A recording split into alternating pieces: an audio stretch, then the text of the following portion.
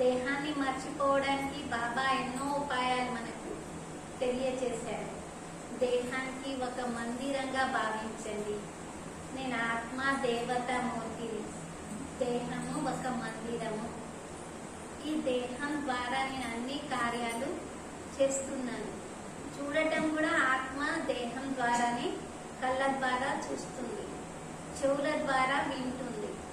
ఈ దేహం అనే మందిరానికి నేనే ట్రస్టీ, నేనే సేవకుని.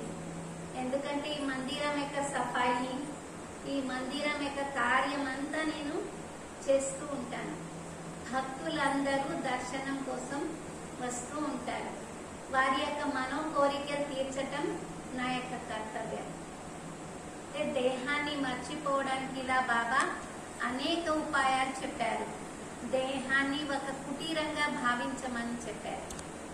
దేహం అనే కుటీరంలో నేను ఆత్మ ఉన్నాను. ఈ కుటీరంలో నేను ఆత్మ తపస్విని. ఎందుకంటే తపస్వీలందరూ కుటీరంలో కూర్చొని తపస్సు చేస్తూ ఉంటారు. అలా దేహం అనే కుటీరంలో నేను ఆత్మను తపస్సు చేస్తున్నాను. నేను ఆత్మను దేహానికి యజమానిని.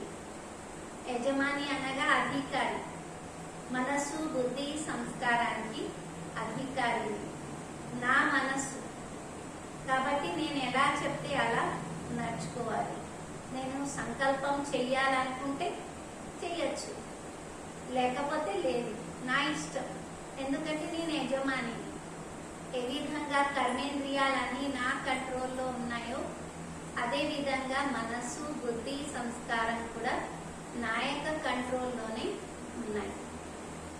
బాబా చెప్పారు, ఈ దేహం అనే కర్మేంద్రియాలకు నడిపించి నేను రాజుని, అధికారిని.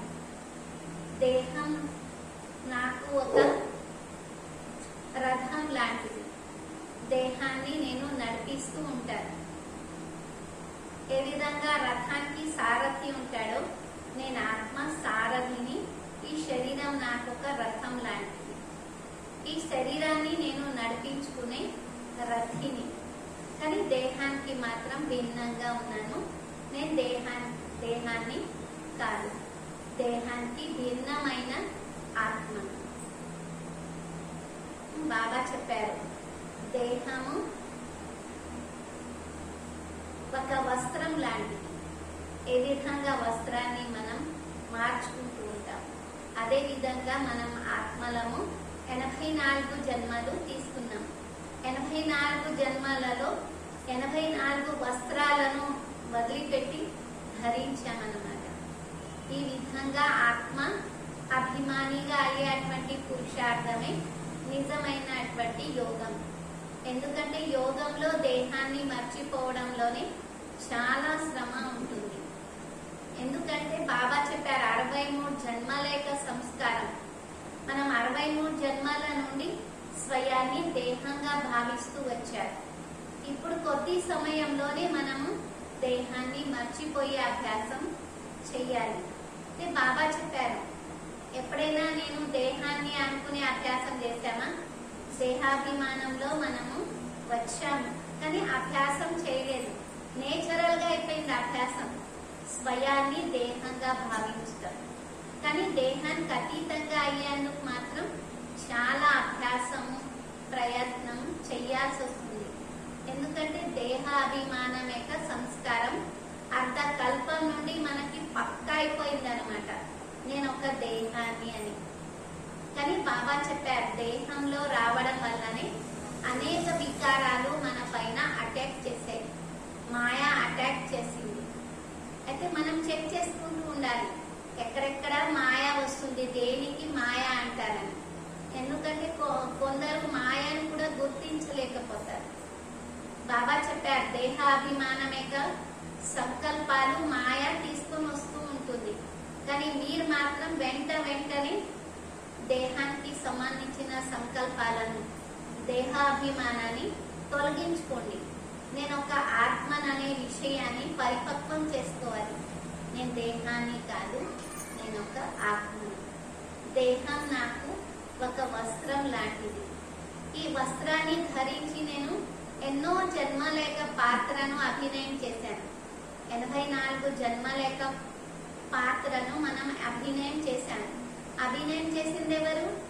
ఆత్మ, శరీరం కాదు. బాబా చెప్పారు, శరీరం ద్వారా ఆత్మ పాత్రను ప్లే చేసింది. ఆత్మ సూక్ష్మాతి సూక్ష్మమైనది. ఇవాళ రేపు చిన్న చిన్న చిప్ వస్తుంది, దాంట్లో 1000 పాటలు ఉంటున్నాయి.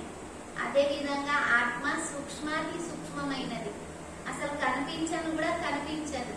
కానీ 84 జన్మాల యొక్క రికార్డ్ మన ఆత్మలో ఉంది. బాబా చెప్పారు, మరి మనం ఆత్మలను ఇలా అనేక జన్మల యొక్క పాత్రను అభినయం చేస్తూ ఇప్పుడు అంతిమ జన్మంలో వచ్చేసాం. ఇప్పుడు ఎవరం మనము? బ్రాహ్మణాత్మలం. ఎందుకంటే శివ బాబా తన యజ్ఞానికి రక్షకుడుగా నిమిత్తులుగా చేశారు. సంహరించడానికి బ్రాహ్మణులు కావాలి కదా. ఏ యజ్ఞం రచయించినా ఆ యొక్క యజ్ఞాన్ని సంహరించేవారు బ్రాహ్మణులు ఉంటారు. బాబా కూడా చెప్తున్నారు, ఈ యొక్క శరీరం కూడా మనం ఈ బాబా యొక్క సేవ కోసం, యజ్ఞం యొక్క సేవ కోసం, సంహరించటం కోసం మనం బ్రాహ్మణాత్మలము నిమిత్తులుగా అయ్యాం. అయితే ఆత్మాభిమాని యొక్క స్థితి యొక్క అభ్యాసం ఎంత ఎక్కువ ఉంటే అంత బాబాతో మన బుద్ధి ఏకాగ్రం అవుతుంది. కాబట్టి మనము దేహ భ్రాంతిని మర్చిపోయే అవసరం ఉంది. దేహాన్ని మర్చిపోయే అవసరం ఉంది. అభ్యాసం చేయాల్సిందే. బ్రహ్మ బాబా కూడా మొట్టమొదటి పాఠం అందరికీ ఏం అభ్యాసం చేయించారు? నేను ఒక ఆత్మను, దేహాన్ని కాదు. మురళీలలో కూడా బాబా నిన్న కూడా చెప్పారు, భక్తి విషయాలు చెప్పకండి, ఆత్మిక విషయాలు చెప్పండి అందరికి. ఎందుకంటే ఆత్మిక విషయాలు ఎవరికి తెలియదు. వాళ్ళు ఇప్పటి వరకు వింటూ వచ్చింది దేహానికి సంబంధించిన విషయాలే, పౌరాణికమైన కథలు అవే వింటూ వచ్చారు. ఈ విషయాలన్నీ కొత్తగా అనిపిస్తూ ఉంటాయి. బాబా చెప్పారు, ఇది కొత్త జ్ఞానమే. కొత్త ప్రపంచం కోసం కొత్త జ్ఞానం, పాత ప్రపంచం కోసం పాత జ్ఞానం. అయితే కొత్త జ్ఞానము మనకి సంపాదన చేయిస్తూ ఉంది. బాబా చెప్పారు, కొత్త జ్ఞానంతో కొత్త ప్రపంచం రాబోతుంది అన్నమాట. అయితే మనం అందరం కూడా ఈ కొత్త జ్ఞానాన్ని మననం చెయ్యాలి. కేవలం వినడమే కాకుండా, ఎందుకంటే ఎంతమందికి మనం చెప్తూ ఉంటామో వారందరూ అంటారు, ఎక్కడా వినలేదే, అలాంటి విషయాలు మీరు చెప్తున్నారు అని అంటారు. బాబా చెప్తున్నారు, నేను వచ్చింది ఎందుకు? విన్న విషయాల్ని చెప్పడానికి కాదు కదా. ఆ మహాభారత్ కథలు, తర్వాత రామాయణము అవన్నీ వింటూనే వచ్చాం కదా. మరి దాంతో ప్రపంచం కొత్తగా అయిందా, పాత పడిపోతుందా? రోజు ఇంత పాత పడిపోయింది కానీ కొత్తగా ఏమీ కాలేదు. కొత్త జ్ఞానం శివ బాబా, బ్రహ్మ బాబా ద్వారానే ఇస్తూ ఉన్నారు. ఇది కొత్త ప్రపంచం కోసం కొత్త జ్ఞానం. బాబా మనందరికీ కొత్త జ్ఞానం ఏంటిదంటే దేహాన్ని మర్చిపోవడం. ఎందుకంటే మన ఆత్మ యొక్క స్వరూపం శాంతి. బాబా చెప్పారు, మీరు శాంతి యొక్క స్థితిలో ఉండటం కూడా యోగమే. ఏ ఒక్క స్థితి యొక్క అభ్యాసం చేయడం యోగమే. నేను శాంతి స్వరూపాన్ని, నా స్వధర్మం శాంతి, నా ధామం శాంతి ధామం. నేను ఆత్మను. ప్రపంచంలో శాంతి యొక్క వైబ్రేషన్స్ ని వ్యాపింపచేస్తున్నాను.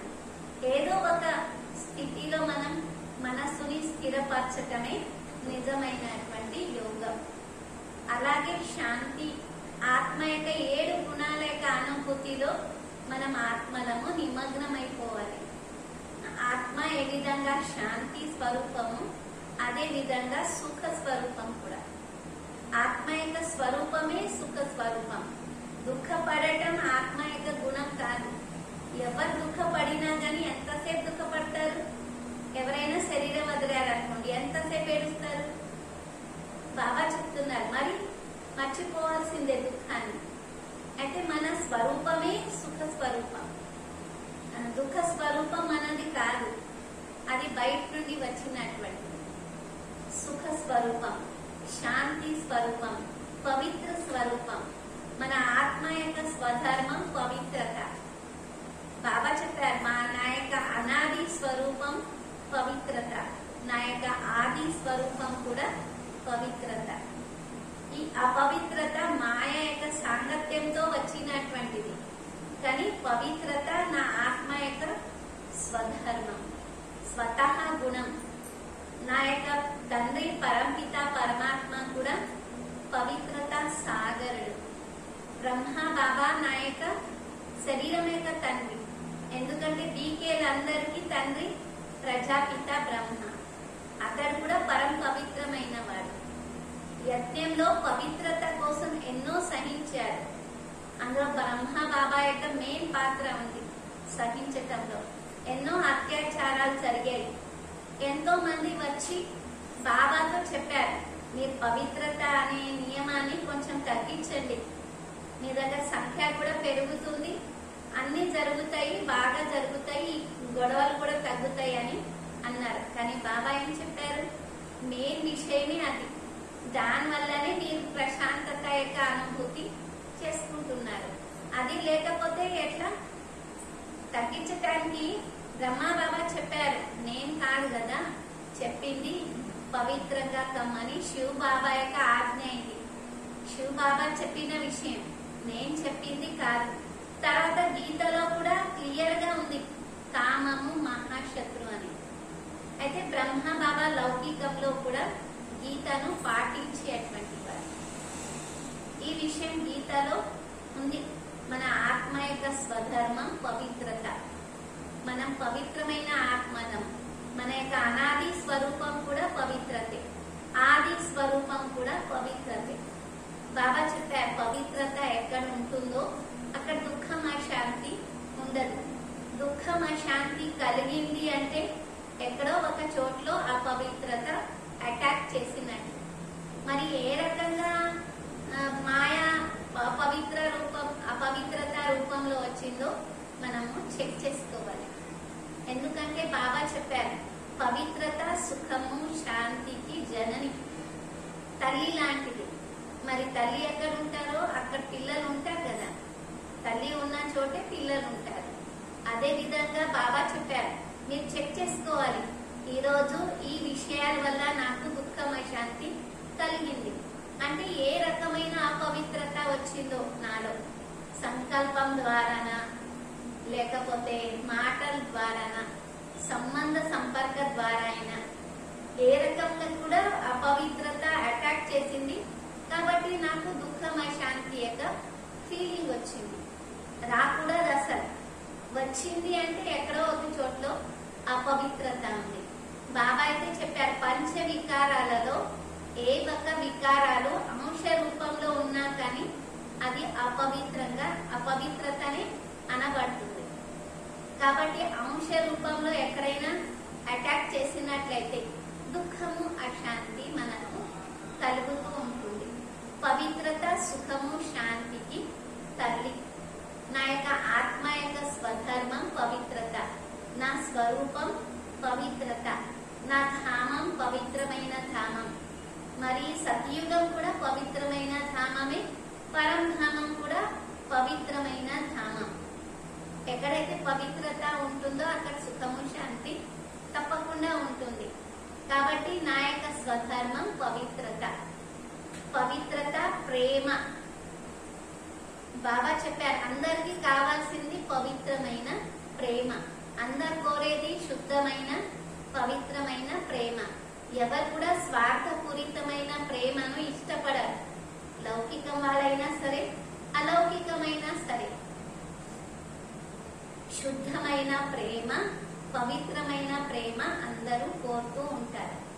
అయితే బాబా మనందరికీ ప్రేమను ఇవ్వమని చెప్పారు. ఇంకా స్నేహం తప్ప ఏమీ ఇవ్వకండి. ఈ సంవత్సరం కూడా 2022 హిందీలో దో దో దో అంటారు. అంటే ఇచ్చేటువంటి సంవత్సరం. అన్ని ఇవ్వాలి, ఏమీ మనము అడగకూడదు. ఏది ఒకటి ఎవరితో కూడా నాకు గౌరవించట్లేదు, ఎవరు స్నేహం ఇవ్వట్లేదు అని అడగద్దు. మనమే ఇవ్వాలి. మనం అడిగే దాత యొక్క పిల్లలం.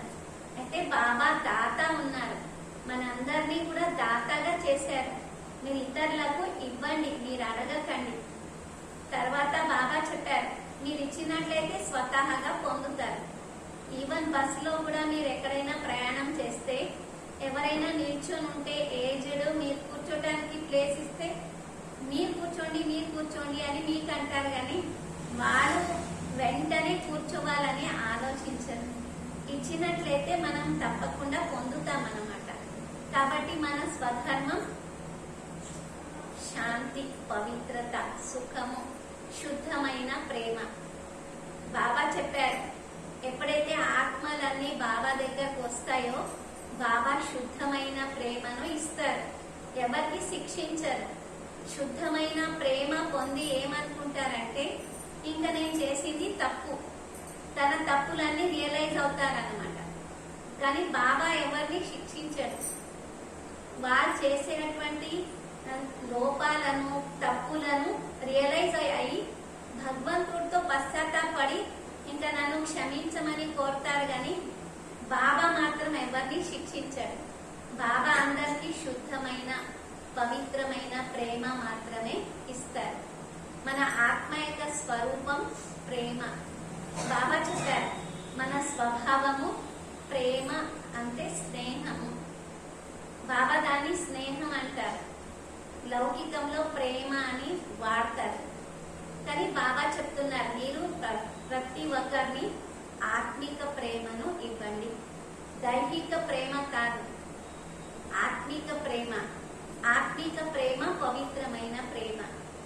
దేహమైక ప్రేమ అశుద్ధమైనది, అపవిత్రమైనది.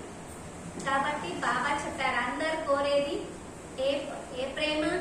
శుద్ధమైన, పవిత్రమైన, నిస్వార్థమైన ప్రేమ. ఎవరైనా కోరేది అట్లాంటి ప్రేమ. ఎందుకంటే స్వార్థపూరితమైన ప్రేమను పొంది అందరు మోసపోయారు. ఇప్పుడు ఎవరు ఇష్టపడట్లేదు. అందరు కోరేదేంటి? పవిత్రమైన ప్రేమను కోరుతున్నారు. అయితే మన యొక్క స్వరూపం పవిత్రత. ఇలా ప్రేమ, ఆనందం. బాబా చెప్పారు, మీరు బయట ప్రపంచం నుండి ఆనందాన్ని పొందాల్సిన అవసరమే లేదు. ఎందుకంటే ఆత్మ యొక్క స్వధర్మమే ఆనందం. స్వతహాగా ఆనందపడుతూ ఉంటుంది. మనం వస్తువులతో, సాధనాలతో, వ్యక్తులతో ఆనందాన్ని పొందేది లేదు. బాబా మనకి ఆంతరికంగా ఎంతో ఆనందాన్ని ఇచ్చారు. మన స్వరూపమే ఆనంద స్వరూపం. బాబా చెప్పారు, నీ యొక్క 7 గుణాలు ఏవైతే ఉన్నాయో ఏదో ఒక గుణం యొక్క స్థితిలో ఉండటమే నిజమైనటువంటి యోగం. ఏ స్థితిలో అయినా సరే మన ఆత్మ శక్తి స్వరూపం. మన యొక్క స్వధర్మమే శక్తి అన్నమాట.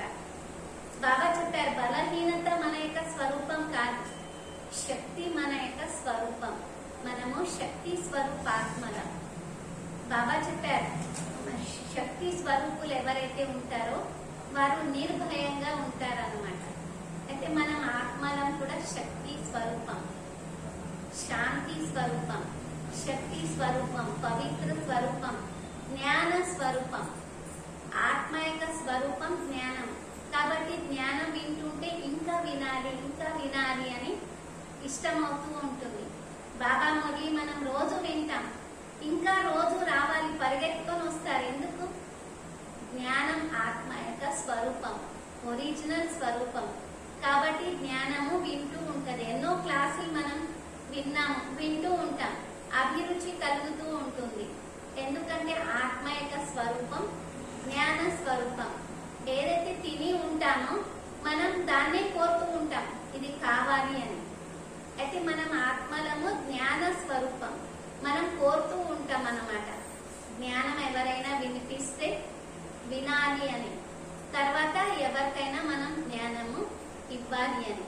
ఎందుకంటే మన స్వరూపం జ్ఞాన స్వరూపం. అలా మన యొక్క 7 గుణాలు మనవి వాస్తవికమైన గుణాలు, ఒరిజినల్ గుణాలు. బాబా మనకి ఎగ్జాంపుల్ ఇస్తూ ఉంటారు. ఏ విధంగా నీటి యొక్క సహజ స్వభావం శీతలత. వేడి చేస్తే వేడి అవుతుంది కానీ మరి చల్లారిపోతుంది కదా. ఎందుకంటే దాని యొక్క సహజ గుణం శీతలత. అదే విధంగా మన యొక్క సహజమైన స్వభావం శాంతిగా ఉండటం. మన సహజమైన స్వభావం పవిత్రత. మన యొక్క సహజమైన స్వభావం శాంతి. మన సహజమైన స్వభావమే సుఖం. మన సహజమైన స్వభావం ఆనందం. బాహ్య ప్రపంచం నుండి తీసుకునేది కాదు. బాహ్యంగా ఇవన్నీ మనం పొందలేం. ఇది ఆంతరికంగా పొందాల్సింది. ఎంతెంత మనం ఆంతరికంగా సుఖాన్ని ఆనందాన్ని పొందుతుంటామో బాబా చెప్తున్నారు. అంతా మనము డబ్బు వెంట ఎందుకు పడము మనము? ఎందుకంటే మనకి ఆంతరికమైన సుఖం లభించింది. పేరు ప్రతిష్ట గౌరవం కావాలి అని మనం కోరం, దాని వెంట పడం. ఎందుకంటే ఆంతరికమైన సుఖం ఎవరైతే పొందుతారో, ఆంతరికమైన ఆనందాన్ని ఎవరైతే పొందుతారో వారు బాహ్యంగా పరిగెత్తారు వీటన్నిటి వెంట. చాలా మంది పేరు ప్రతిష్ట కోసం పరిగెత్తుతూ ఉంటారు. ఏది చిన్నది చేసినా పేపర్లో రావాలి, వాళ్ళ ఫోటో రావాలి, వాళ్ళ పేరు రావాలి అని చూస్తూ ఉంటారు. కానీ బాబా ఏం చెప్పారో మనకి, ఎవరైతే ఆంతరికంగా సుఖాన్ని ఆనందాన్ని పొందుతారో వారు ఎప్పుడు కూడా బాహ్య ప్రపంచానికి ఆకర్షితులు కాదు. డబ్బు వెనుక, సాధనాల వెనుక, పేరు ప్రతిష్ట వెనుక పడరు. ఎందుకంటే ఆంతరికమైన సుఖం మనందరికీ లభిస్తుంది. కాబట్టి ఒకరు గౌరవించాలని కూడా కోరం, ఏ కోరిక లేదు. ఎందుకంటే బాబాకు పొందిన తర్వాత మన ఆత్మకు సంతృప్తి అనేది లభించింది. మనం భక్తిలో ఎంత చేసినా సంతృప్తి పొందలేదు. ఇప్పుడు మాత్రం మనకు సంతృప్తి లభించింది. మనం ఆ ఆత్మలను తృప్తిగా ఉన్నాం. ఎందుకంటే బాబా మనకి సర్వస్వం ఇచ్చారు, ఆంతరికమైనవి ఇచ్చారు. మనకు కావాల్సింది అవే అన్నమాట. ఆంతరికమైన పొందాల్సింది ఏవైతే ఉన్నాయో అవి అవినాశి ఉన్నాయి, నశించేవి కాదు. అవినాశి ప్రాప్తులతో మనము సంపన్నంగా ఉన్నాం, అవినాశి ప్రాప్తులతో నిండుగా ఉన్నాం. కాబట్టి మనకి బాహ్య ఆకర్షణ అంటూ లేదు.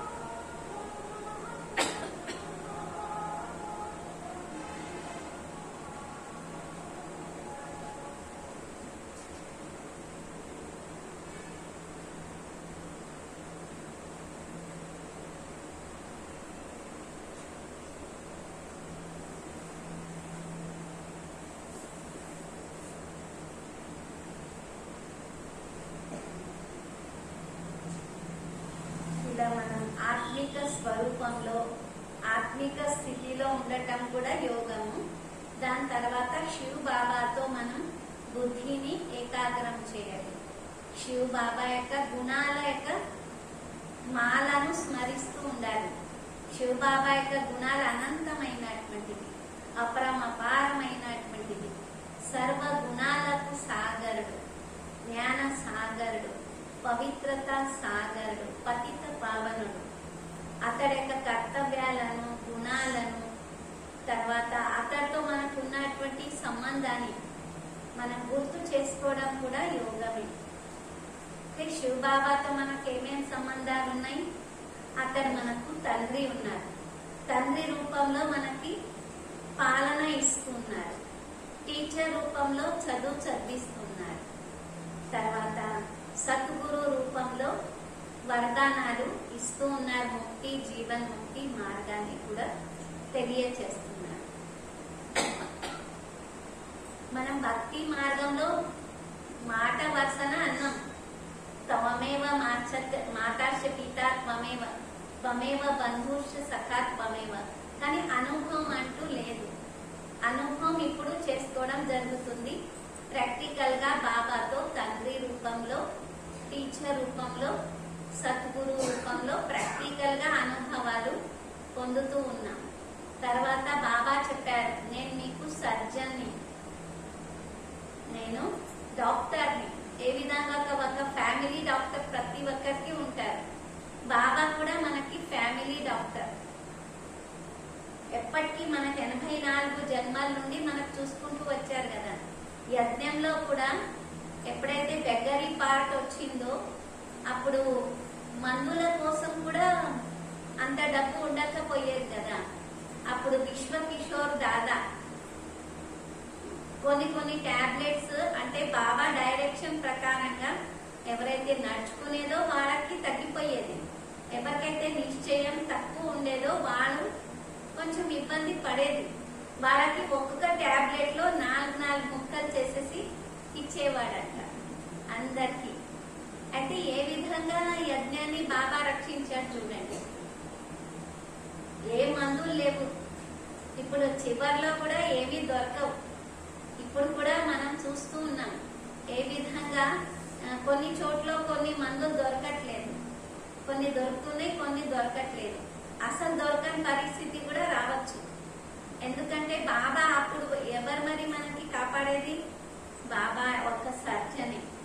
బాబా చెప్పారు, నేను పిల్లల్ని అన్ని రకాలుగా సంభాళిస్తాను అని చెప్పారు. గ్యారంటీ ఇచ్చారు. ఎవరిలా గ్యారంటీ ఇవ్వరు. మీరెందుకు చింతపడతారు అని బాబా అన్నారు.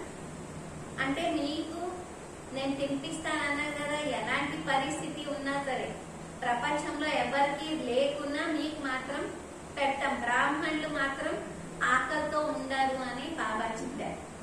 తర్వాత మొన్న మురళిలోనే ఒక మురళిలో చెప్పింది, మరి ఎవరి గురించి చింతిస్తున్నారు మీరు?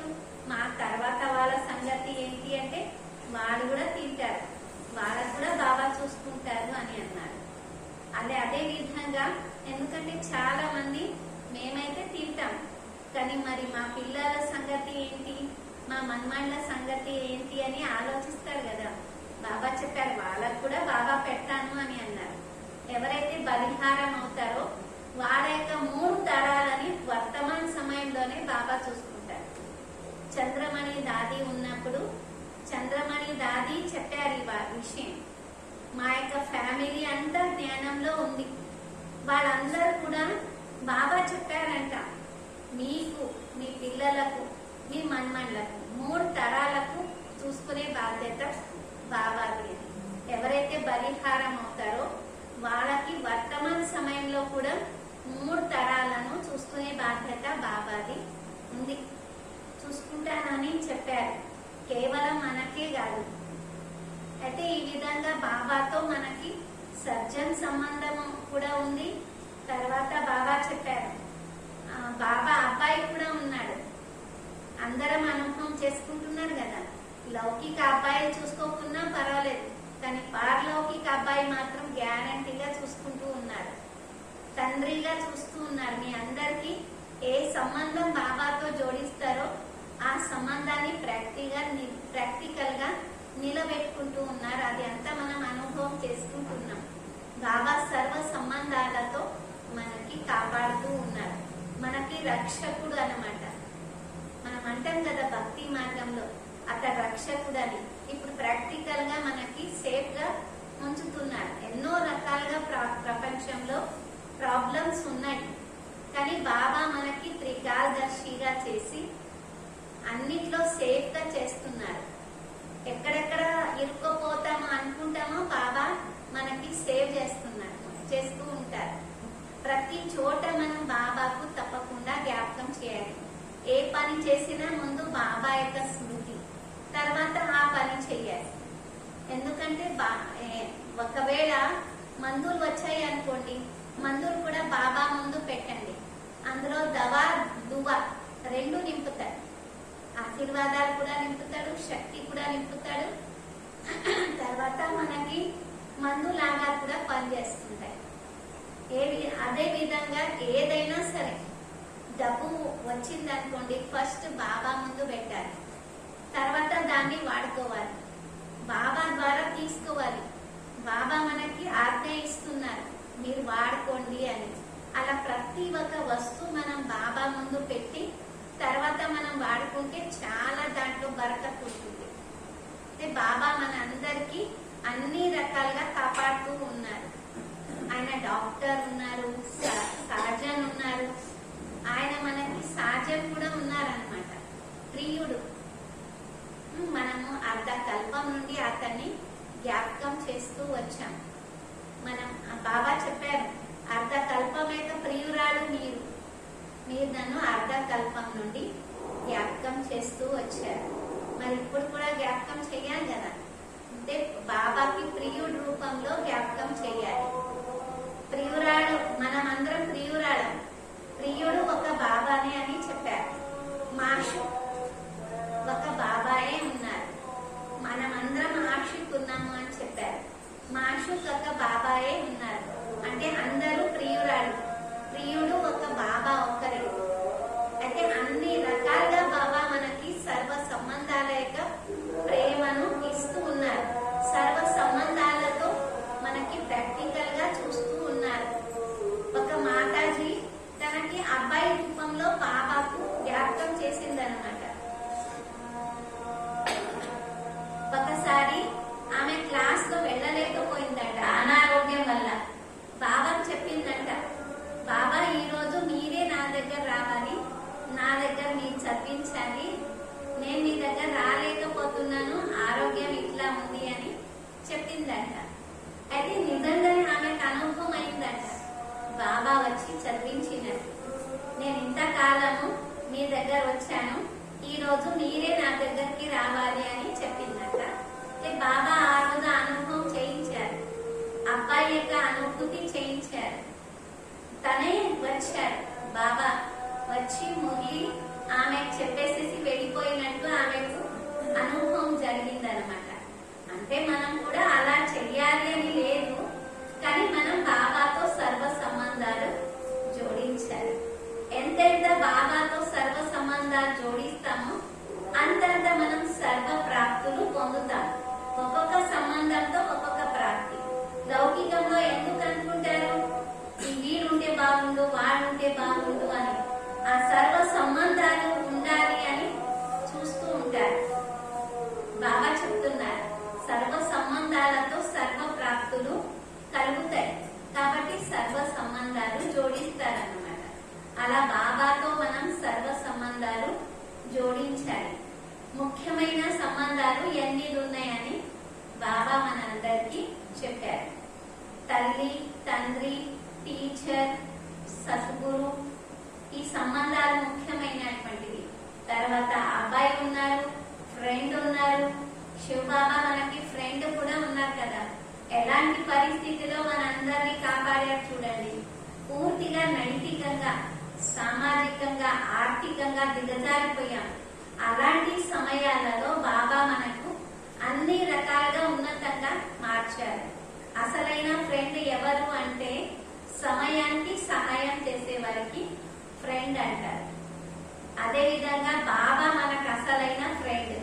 మనం సత్యుగంలో ఎలా ఉండేవారిని కలియుగంలో ఎలా మారిపోయాము.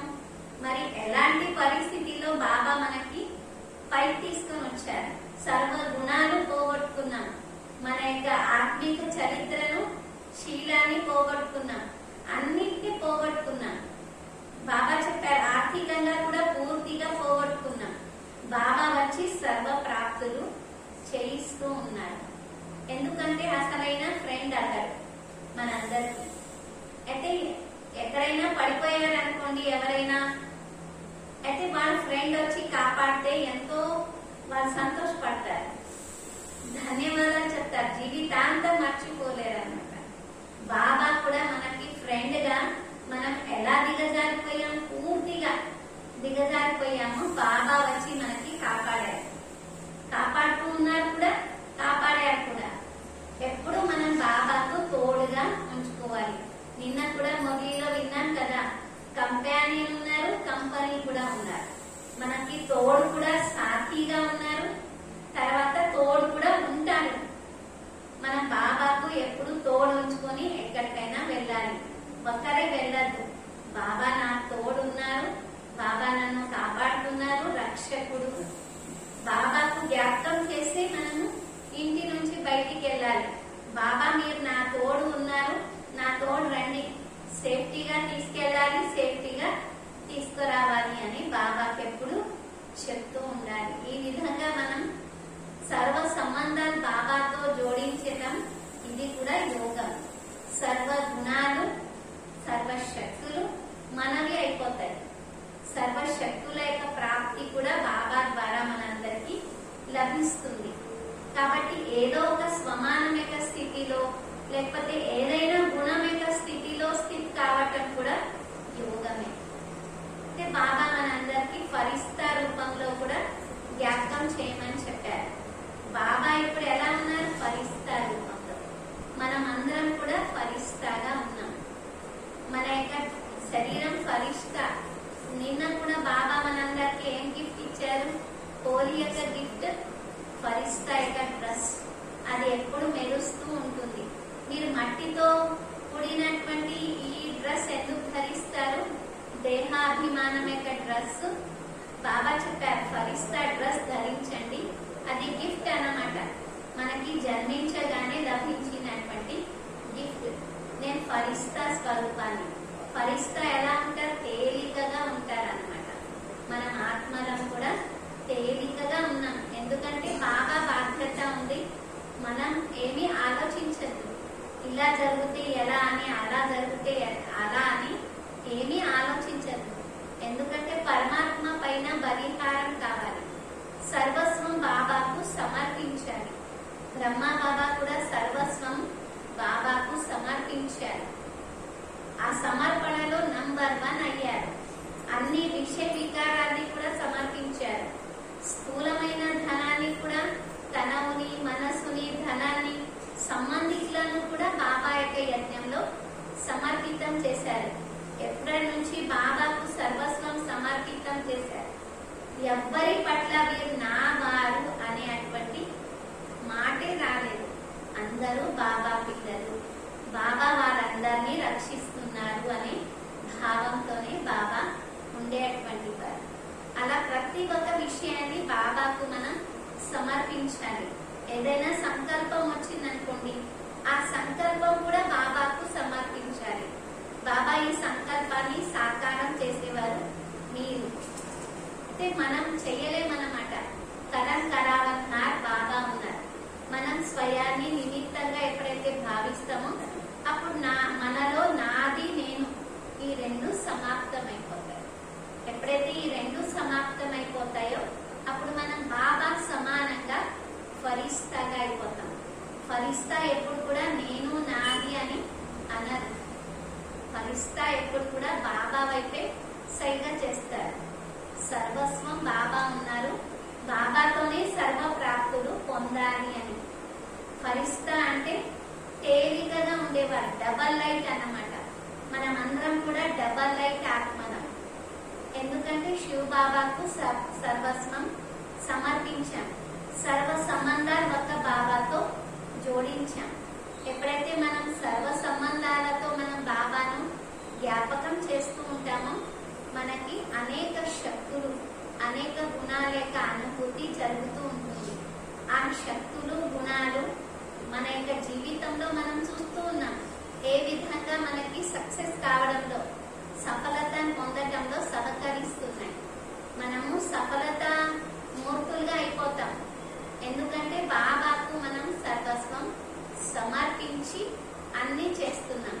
అందరు భోగ్ పెట్టారు కదా, ముందు బాబా పెట్టి తింటారు కదా, లేకపోతే టైం అయిపోతుందని తొందర తినేస్తారా? లేదు. అలా ప్రతి ఒక్కటి బాబాకు మనం సమర్పించి మనం తీసుకోవాలి. మనం ముందు తీసుకోకూడదు, ముందు బాబాకు సమర్పించాలి. ఫస్ట్ బాబా, తర్వాత వేరే విషయం.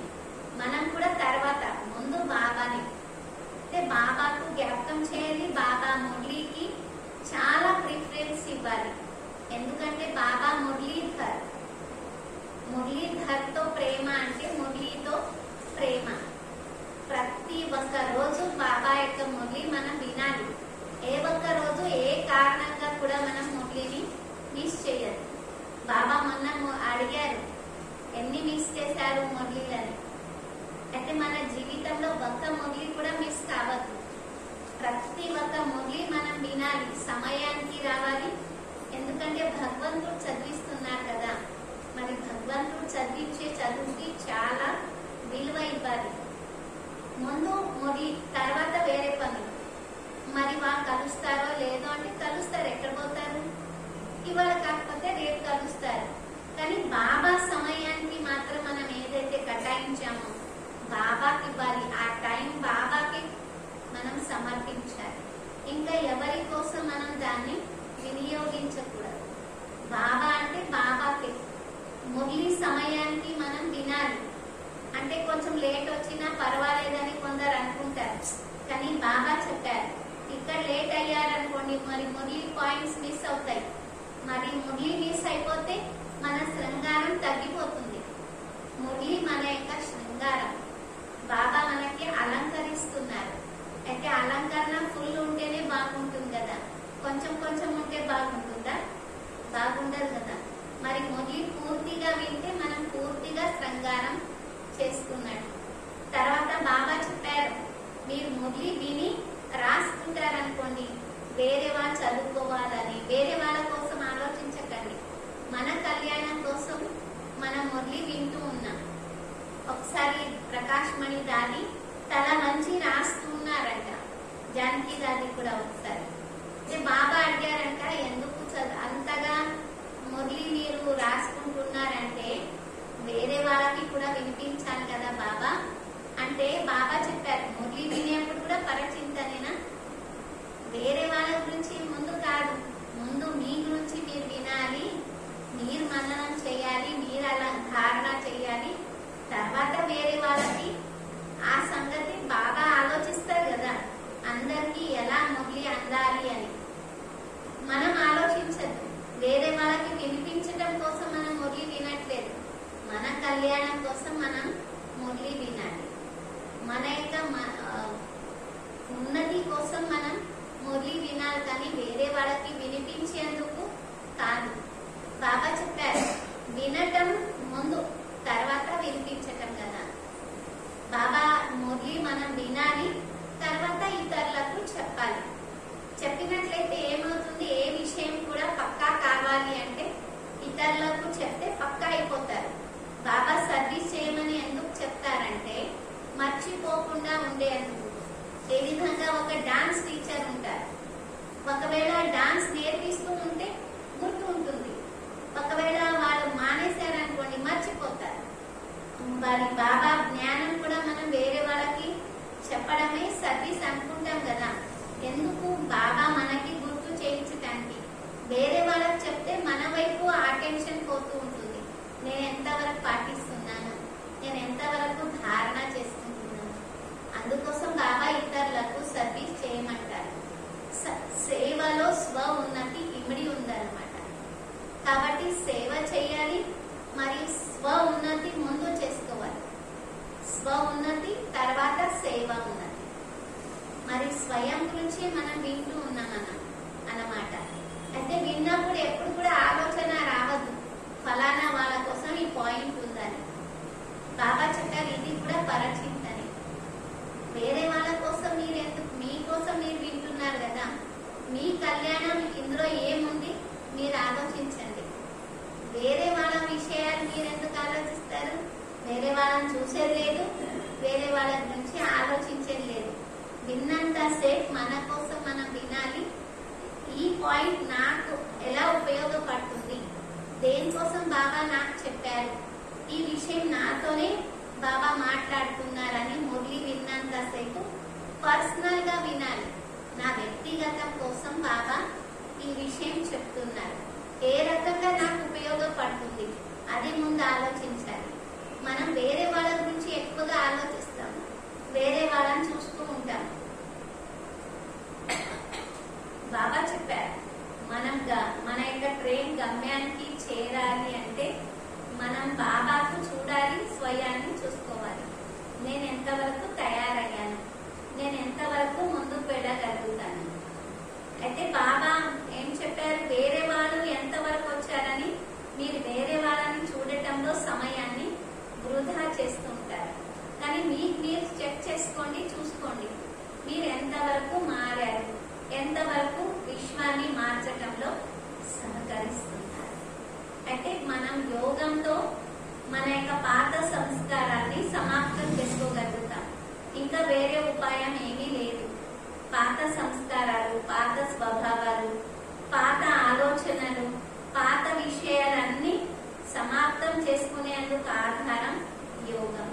అయితే ఇంకొక అరగంట మనం అందరం బాబా యొక్క స్మృతిలో కూర్చుంటాం. ఓం శాంతి.